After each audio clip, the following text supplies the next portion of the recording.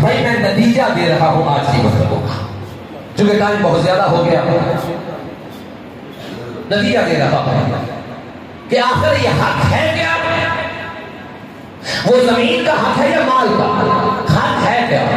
میں نے پچھلی مجلس میں یا ساکولانا میں بھی کہا تھا کہ جو شخص غاصبانہ طریقے سے، امام فرماتے جو شخص غاصبانہ طریقے سے ایک 4 انگلی کی جگہ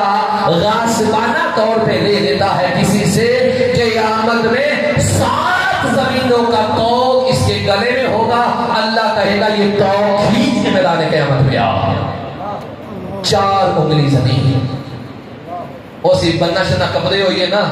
ٹھیک ہے، جو گھا دے بھانے اسی انہا کو ہون بھی بڑھ لگے، اور جڑی 2 سال پہلے کنی چوڑی سڑک ہوتی ہے نا جی، وہ بڑھ دے بنانے کوئی 4 سال بعد وہ بننا بڑی ہو رہی ہے، یہ آپ بھی جانتے ہیں اور میں بھی جانتا ہوں، ایسے